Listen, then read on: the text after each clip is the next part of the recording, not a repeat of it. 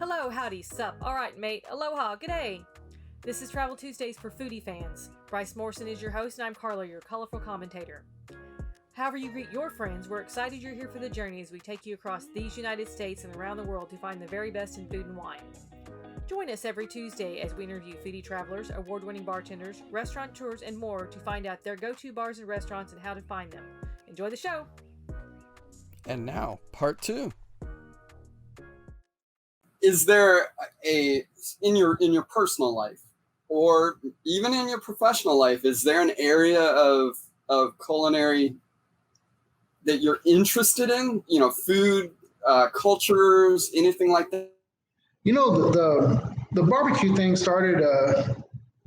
That to me is there's so many good places out there that are just strictly barbecue, and it's regional. You know, when I was in the Navy, when I traveled to Norfolk, that might have been another big moment, I guess you'd say. I remember driving to Norfolk and stopping at a little place on the side of the road in like South Carolina somewhere and getting a pulled pork sandwich. And I remember every time I'd make that drive, I'd stop at the same place because it was so good.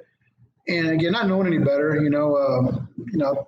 figured barbecue was barbecue, but getting older, kind of getting into it, opening a restaurant, you kind of learn that it's really regional. I was in Memphis with my daughter a few years ago. We went to some of the pork ribs there are just amazing. And I was looking at the menu and I just questioned the guy. I said, yeah, how's your brisket? And he said, where are you from? I think I had an Astros cap on or something. He said, are you from Texas? And I said, yeah, I'm from Houston. He said, well, you don't want our brisket. He goes, you guys got us on brisket. He said, but I tell you what, we got you on pork. And I agree with that. A lot of people here in Houston kind of, they shudder when I say when we make our ribs at the restaurant, I like a dry rub on the ribs. I don't like them, I don't really use barbecue sauce at all. I like to make them more along the lines of that Memphis style. So yeah, I think I'm trying to learn more of that part of it. I've made pulled pork. To me, it comes out a little bland compared to some of the stuff I've had out there, the Carolinas and in Tennessee. It's just different. So that's really kind of what I'm looking at. I mentioned YouTube earlier, kind of giving away some secrets here, but there's a couple guys on YouTube, man. They're amazing. There's a guy named Malcolm Reed that I follow. I think his channel's called How to Barbecue Right. Man, he's got some good recipes that I've played with. You just learning, trying stuff new. You might mess it up, but hey, you're never gonna know unless you try it. That's the one thing that I've always admired about the barbecue community is the fact that everybody's wide open about it. They don't hesitate to share. They share techniques, ideas, everything, because they recognize that it's all about the love that they put into it anyway. And it's more about their reputation for consistency and quality. So who cares if somebody rips off your quote unquote recipe? Yeah. You still got to understand and into it and recognize that there's so much passion and love that goes into it. You'll never get it right if you're not genuine. Yeah, exactly. And I mean, I always like to say, I'll take a recipe or something I see online and then I will. I like to play with it, tweak it, try this, try that. We saw something online recently and it kind of inspired us.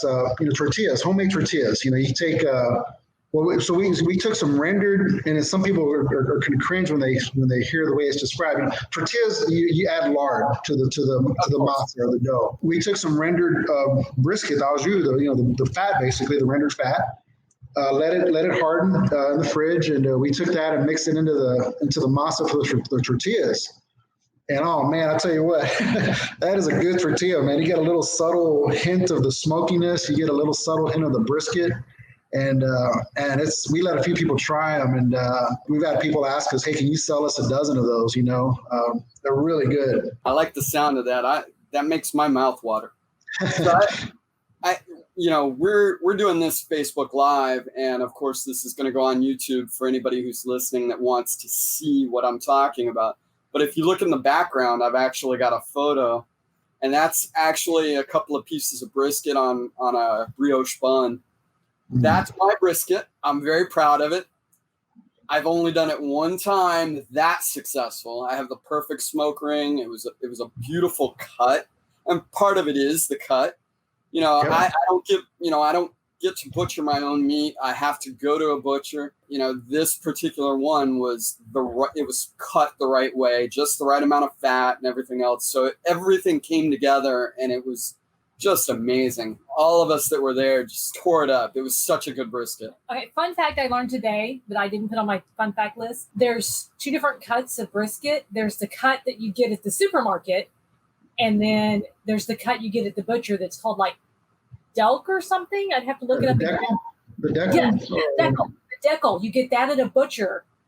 But if you get it at a supermarket, you get the not decal. The undecal? Well, I don't know what you would call that. But I found that out today. I thought that was really cool.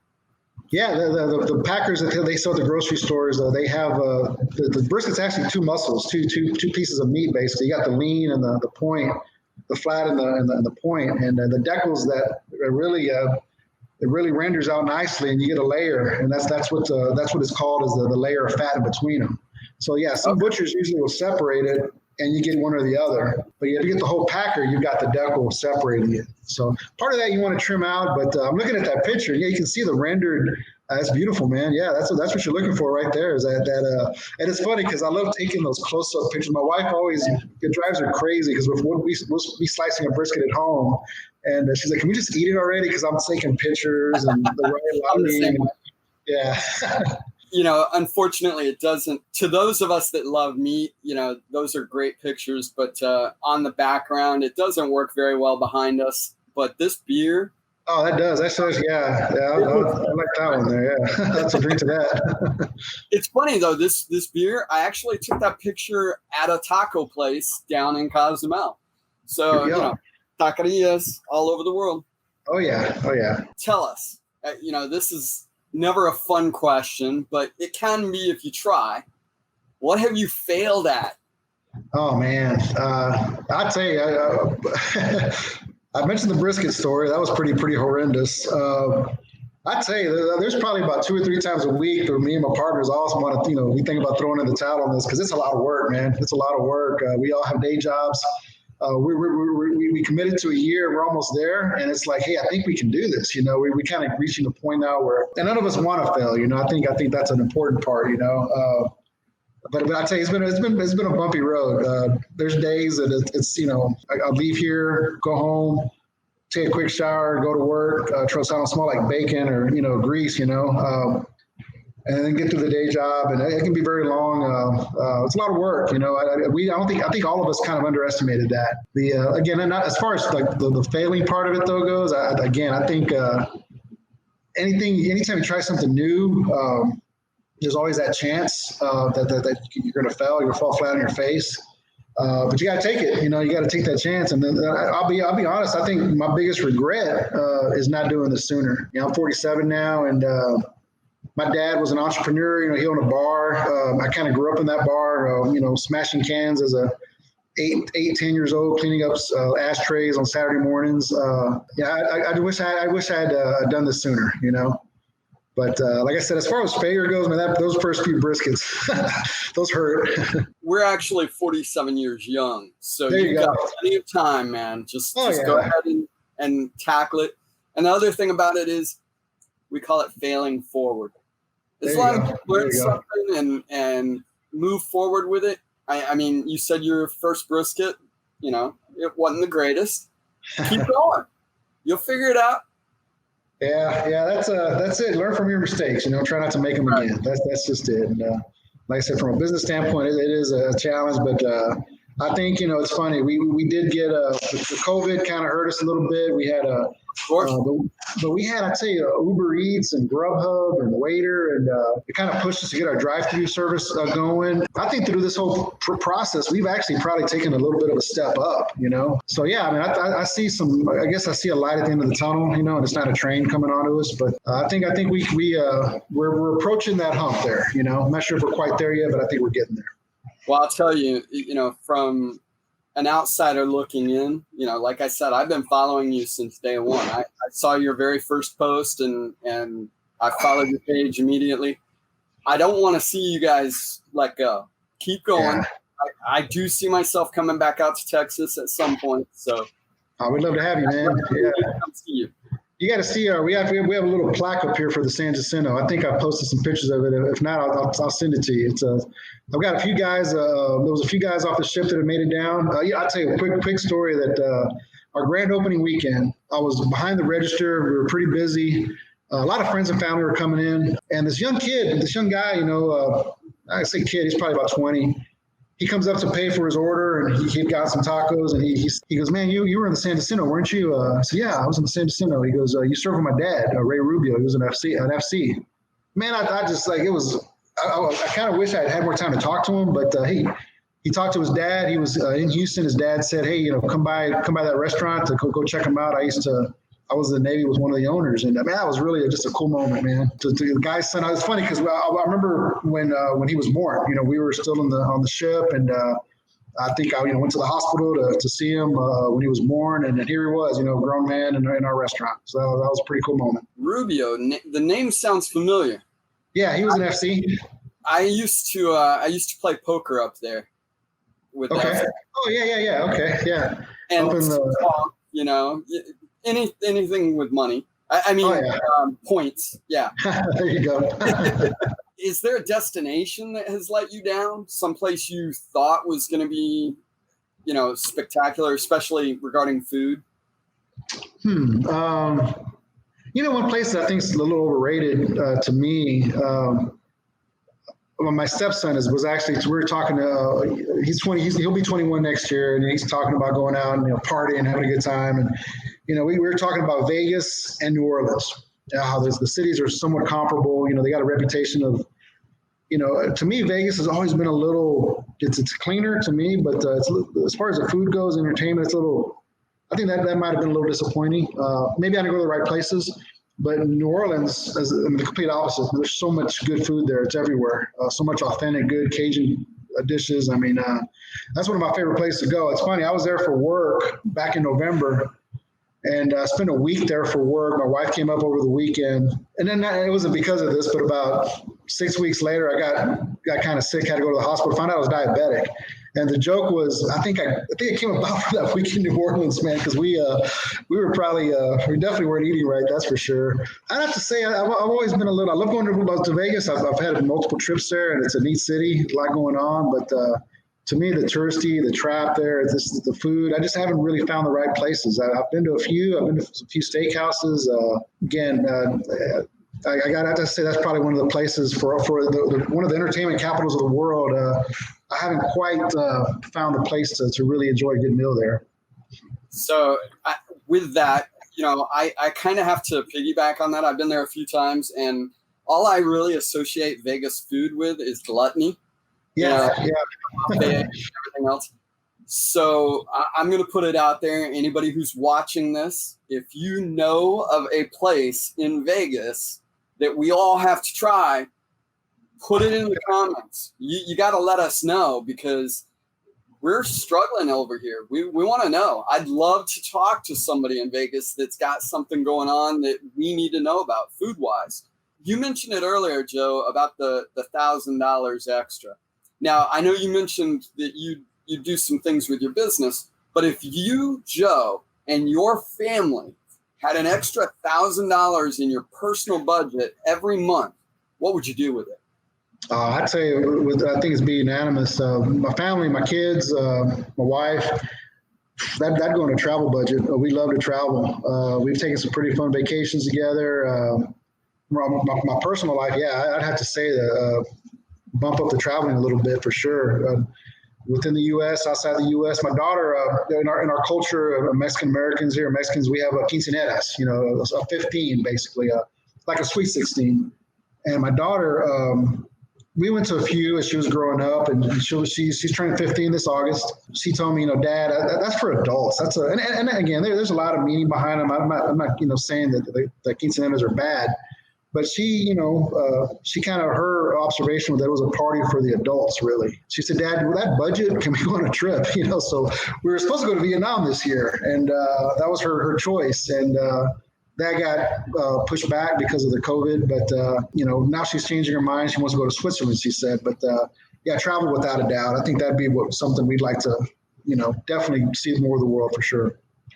I've been to Switzerland. Definitely recommend it. Yeah. It's a great place. I will tell you this: a great thing to do is kind of piggyback France with Switzerland, and I don't mean Paris. When I say France and Switzerland, I'm not talking about Paris and Switzerland. There's a place at the base of the French Alps, which is not too far from Switzerland, from Geneva, and it's called Grenoble, France. And it's an amazing place. Like I said, it's at the base of the French Alps, so you can go up into the mountains and do some ropes course. And that's. Have you ever heard of chartreuse? I'm big into cycling, so I used to always watch the Tour de France. So I think I've recognized the name. It's some of those courses through the Alps. Well, there's a liqueur called chartreuse. It's a very herbal liqueur. It's disgusting. And in France, near that area, is the Chartreuse Monastery, and that's actually where they make it. To this day, they make chartreuse there. So anyway, I'll tell you what. I'm guessing my wife might be watching this from home, and I'm sure she's taking notes for sure. Well, hey, if you guys need any help, we don't charge for our services. We love planning vacations. You guys can be as involved as you want, or we'll do it start to finish, and we always make sure you have a great time. Yeah. So when you go on these trips, how do you find great food? Online. We were supposed to go to Greece. My wife and I, that was going to be our trip, and again, that got pushed back. But as planning that, I was looking into and my daughter's trip too, Vietnam. I love Vietnamese food. We were looking into back in the old days, is it Froms? I think it is, the travel guides. I'm not sure if I'm saying that right. We'd go to the store. I'd go to half price books or Barnes and Noble and buy the travel guides and read the books. But now there's so much information online, so much information you can just query a Google search for travel advice for wherever you're going, and it really can come up with some good kind of off the beaten path ideas and suggestions. Found a lot of good places that way. I like to travel up to Utah and Colorado, the Four Corners areas. Been going up there for about 20 years. I try to go. My daughter and I just went to Moab this past spring break, and just again found little hole in the wall, like little breweries, little restaurants, little tours you can take. There's just so much information on the web now that wasn't around back when I was younger.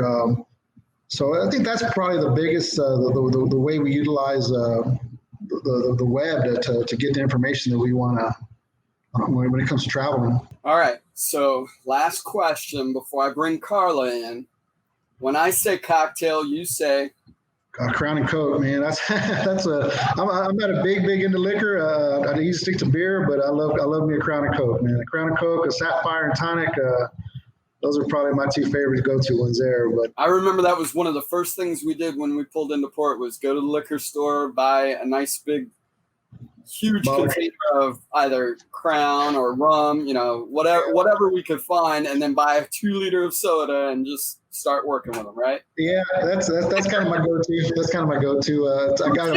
We didn't have any money, so we couldn't do anything else anyway. So Yeah, it's fine. Again, I'm not really. I think I know my beers, craft beers. I like IPAs. I had a double IPA the other day. A buddy of mine were running in the morning. And this guy, we did like an 8-mile jog, and more of it turned into a death march there at the end. It was so hot. 8 o'clock in the morning on Sunday, this guy pulls out a 6-pack of beers from local breweries, and there was a double IPA, about 8% alcohol. And man, I tell you what, I took a nice nap after that one. I can imagine a double IPA, 8%. Whew. Yeah, it was good. I got to say too, one thought just popped in my head. I don't want people from Vegas bashing us. I got to say, Evil Pie in Vegas is a good place. Down at Fremont, it's a pizza place. What caught my eye there is they have a lot of Evel Knievel memorabilia, and I think Evel Knievel's family kind of, I don't know, I guess they got their stamp of approval on the restaurant, and I don't know why that just popped in my head. It's a really good pizza place there in Vegas. So just in case. What's the name? Evil Pie, EVEL. Oh, as in Evel Knievel. Got it. Yes, sir. Yep. Yeah, I wanted to say that before I made anybody mad from Vegas. All right, so what I'm going to do now, I'm going to bring Carla on so she can give us some foodie facts based on you. And, I'm going to let her go solo on screen, and then we're going to bring you back in and see what you think about what she has to say. Okay. Hey, foodie fans. Let me get my notes up. All right. Bear with me for just a second. I need to pass the dog to his dad. Say hi, everybody. Fun foodie facts about Texas. I picked Texas because our guest is from Texas. Bryce grew up in Texas, and I've been to Texas. So, why not do Texas? The official state dish of Texas is Texas chili, which is different from regular chili, and it's often called a bowl of red. Dr. Pepper was invented in Texas in 1885. Big fan of Dr. Pepper, mostly diet. In 2005, cast iron Dutch oven was designated as the official state cooking implement. Bryce and I have cast iron. We love it. And we frequently have an argument about who actually owns a cast iron. I say it's me. He says it's him. Hopefully we don't have to find out. Chips and salsa is the official snack of Texas, and I approve of this decision. And the frozen margarita was actually invented in Dallas, Texas, and I'm currently drinking a frozen margarita. So cheers. And last but not least, in 1961, Ed Grist, a city meat inspector in New Braunfels, Texas, created a festival to honor sausage. This festival is known as Wurst Fest. It's a 10-day event held in early November, featuring plenty of food, drinks, and fun. Bryce and I went a few years ago, and he's taking me in 2021, and I'm so excited. By the way, Bryce, you're taking me to Wurst Fest in 2021. Start planning. Wow. Well, I guess I have some work to do. So, how about that, Joe? Yeah, that's pretty cool. I like the little Texas ties there. Yeah, Wurst Fest. I've never been to that. So if you come down to Texas, that's close enough, man. Are you? I've never been. Never been. Wow. I've been to New Braunfels. I've been down the river many times, but if you and your wife come down, you're about 3 hours away, man. So there's no excuse there. I have family down in that area, so my brother used to live there. So that's pretty far to the state. The thing is, Wurstfest is one of the largest German festivals in the world, and it really is a lot of fun, and especially if you like beer. Oh yeah. Yeah. Now, are you from? You said you're from Texas. Is that a? So when I was young, I lived in South Texas, Corpus Christi. Corpus, that's right. Okay. Yeah. I think we did talk about that. Yeah. Yep. I still have a very strong affinity for Texas. It's still to some extent home. I don't know if I'll ever live there again, but because I'm a Floridian now, but I do love Texas, and every chance I get to go back, I go. That's great. That's great. Yeah, let me know next time anywhere you're close by, man, for sure. Sounds great. And you know what? I heard a couple of times about some partners of yours. So you know what? I'd love to have them on the show. Just let me know if they're interested. Any chance we can to help you guys, please let us know. I can't thank you enough, man. Yeah, I know they'd love to do it. It's funny. We got interviewed a while back by a local Mexican TV channel. We did the special for after the Astros won the ALCS to get in the World Series, and we came up with this idea to serve 5 tacos for $6 because Jose Altuve is 5'6", and a little post on Instagram just blew up. I mean, we had people calling the restaurant. We actually were closed on Tuesdays. We opened the restaurant. There was so much demand. And one of the local Mexican news stations wanted to interview us. And it's funny because the lady came by, she starts talking to us, and none of us really speak very good Spanish. I mean, we're all Hispanic, but we all so it's kind of, if you watch the interview, it's pretty funny because our Spanish is so broken up. But yeah, man, we'd love to have you come by. That'd be great. All right. Well, thank you again, Joe. It's been a pleasure having you on. And we look forward to visiting you soon. Okay, Bryce. Hey, thanks a lot. And real pleasure meeting your wife, kiss kind of virtually here. Keep doing what you're doing. Hey, thanks, man. If you like what we're doing here, hit subscribe. For more ways to be involved, or if you'd like to know more about how we can help you find the very best in food and wine, by land or by sea, check out our page at foodandwinecruiseplanners.com. foodie.com/podcast.